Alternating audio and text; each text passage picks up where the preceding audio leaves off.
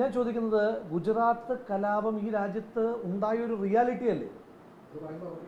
അത് പറയുമ്പോൾ അവർക്ക് ഭയം ഉണ്ടാകുന്നത് സ്വാഭാവികതയല്ലേ? അവർക്ക് ഭയം ഉണ്ടാകണ്ടേ? ഗുജറാത്ത് കലാപം ഇല്ല എന്ന് പറയാൻ പറ്റുമോ? ഗുജറാത്തിൽ കലാപം ഉണ്ടായി. ആരാ കാരണക്കാരൻ? ബജറംഗി എന്ന് കേൾക്കുമ്പോൾ എന്തുകൊണ്ടാണ് ഇവരുടെ നേതാവായ ബജറംഗി ഇവർക്ക് ഓർമ്മ വരുന്നത്? വേറെ ആർക്കും പൊള്ളുന്നില്ലല്ലോ. എന്തുകൊണ്ടാണ് ഇവർക്ക് പൊള്ളുന്നത്? ഞാൻ പറഞ്ഞില്ല, ഇപ്പോൾ കോൺഗ്രസ് വിമർശനം നടത്തുന്നുണ്ട് എന്ന് കരുതി ഞങ്ങൾക്ക് ആർക്കും പൊള്ളിയില്ലല്ലോ. കാരണം അതൊരു സിനിമയായി, അതിൻ്റെ സിനിമയിലൂടെ അവർ പറയുന്നുണ്ടല്ലോ, അത് ഞങ്ങൾക്ക് പൊള്ളില്ല. പക്ഷെ ഇവർക്ക് പൊള്ളുന്നത് യാഥാർത്ഥ്യമായതുകൊണ്ടാണ്.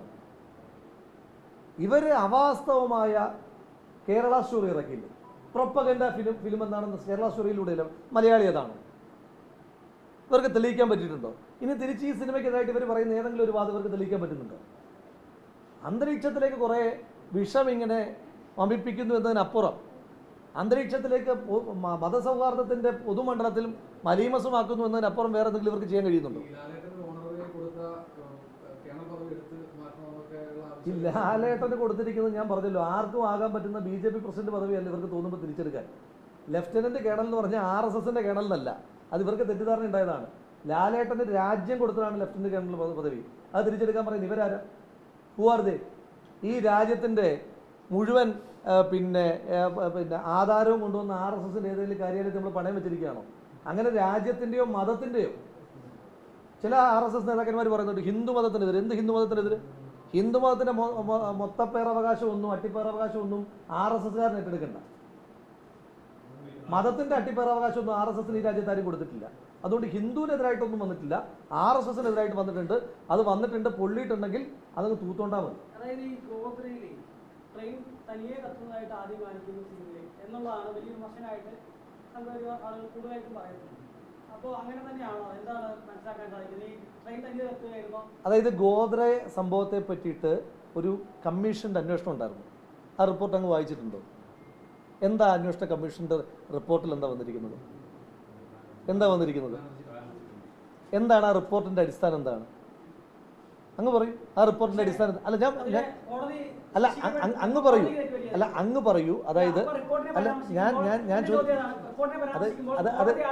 രണ്ട് കാര്യങ്ങൾ. ഒന്ന്, ഈ ഗോദ്ര ഇതുമായി ബന്ധപ്പെട്ട് തീ പിടിച്ചതുമായി ബന്ധപ്പെട്ടിട്ട് അവിടെ നടത്തിയ അന്വേഷണ കമ്മീഷന്റെ റിപ്പോർട്ട് എന്താണ്? RSSന്റെ ഒരു ആരോപണം ഉണ്ടായിരുന്നു. RSS ആരോപിച്ചു പുറത്തുനിന്ന് ഈ പെട്രോൾ പോലെയുള്ള എന്തോ ഒരു ഇന്ധനം അത് നിറച്ച തുണി ട്രെയിനിലേക്ക് വലിച്ചെറിഞ്ഞിട്ടുണ്ടായിട്ടുള്ള തീപിടുത്തമാണ് എന്നായിരുന്നു RSSന്റെ ആരോപണം. അതിൻ്റെ പേരിലാണല്ലോ അവിടുത്തെ സാധുക്കളായിട്ടുള്ള മുസ്ലിം സഹോദരങ്ങളെ കൊന്നൊടുക്കിയത് RSSകാർ. പക്ഷേ ആ അന്വേഷണ കമ്മീഷൻ എന്താ പറയുന്നത്?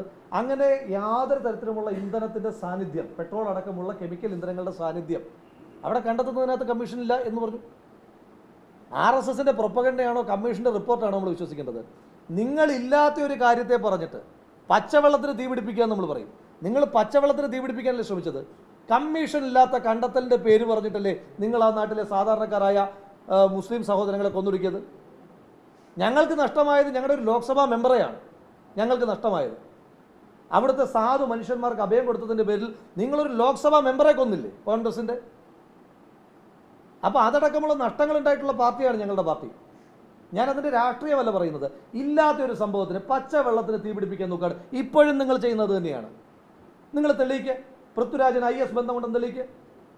വെറുതെ പറയുകയാണ്. ഒരു കഴിഞ്ഞ 10-20 വർഷക്കാലമായി മലയാള സിനിമാ വ്യവസായ മേഖലയിൽ മലയാളത്തിൻ്റെ ഒരു ബ്രാൻഡ് ഐക്കോണായി മാറിയിരിക്കുന്ന പൃഥ്വിരാജിനെ പോലെ നമുക്കെല്ലാവർക്കും അറിയുന്നൊരു അതുല്യ നടൻ, ഒരു സിനിമാ പ്രവർത്തകൻ, അയാൾക്ക് IS ബന്ധമുണ്ട് എന്ത് ഗുരുതരമായിട്ടുള്ള ആക്ഷേപമാണ് നിങ്ങൾ ഉന്നയിക്കുന്നത്? എന്തെങ്കിലും അന്തരീക്ഷത്തിലേക്ക് എറിഞ്ഞ ആ തുപ്പലല്ലാതെ വേറെ എന്തെങ്കിലും തെളിവ് നിങ്ങൾക്കുണ്ടോ?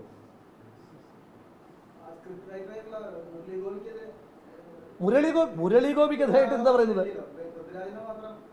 ഞാൻ ചോദിക്കുന്നത്, പൃഥ്വിരാജിനെതിരായിട്ട് നിങ്ങൾ പറയുന്ന ഗുരുതരമായ ഒരു ആരോപണം, IS ബന്ധമാണ് ആരോപിക്കുന്നത്. നിങ്ങൾക്ക് അതിനെപ്പറ്റി പറയാൻ ഒരു തെളിവുണ്ടോ? വെല്ലുവിളിക്കുക. യുവമോർച്ച എന്ന് പറയുന്ന സംഘടനയ്ക്ക് ഈ നാട്ടിൽ അല്ലെങ്കിൽ വലിയ ക്രെഡിബിലിറ്റി ഒന്നുമില്ല. അതിന് എനിക്കിപ്പോൾ ക്രെഡിബിലിറ്റി വെല്ലുവിളിക്കാൻ കഴിയില്ല. എന്തെങ്കിലും ക്രെഡിബിലിറ്റി ഉണ്ടെങ്കിൽ തെളിയിക്കുക. പൃഥ്വിരാജ് സുകുമാരന് IS ബന്ധമുണ്ടെന്ന് എന്തും പറയാമെന്ന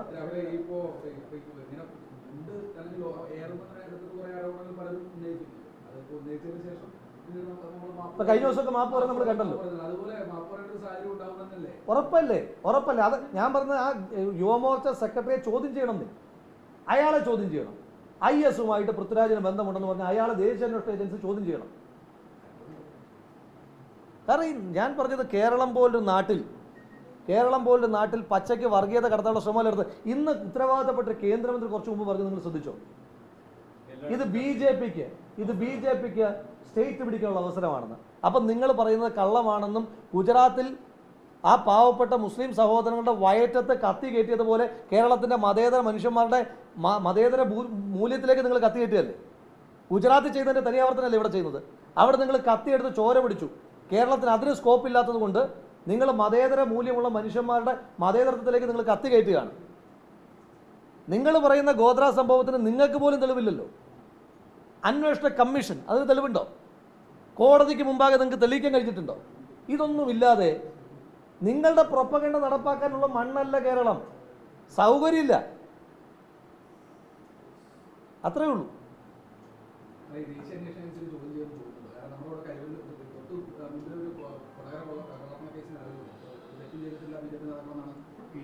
അല്ല, ഞാൻ പറഞ്ഞത് അയാളെ ചോദ്യം ചെയ്യാൻ തയ്യാറാണ്.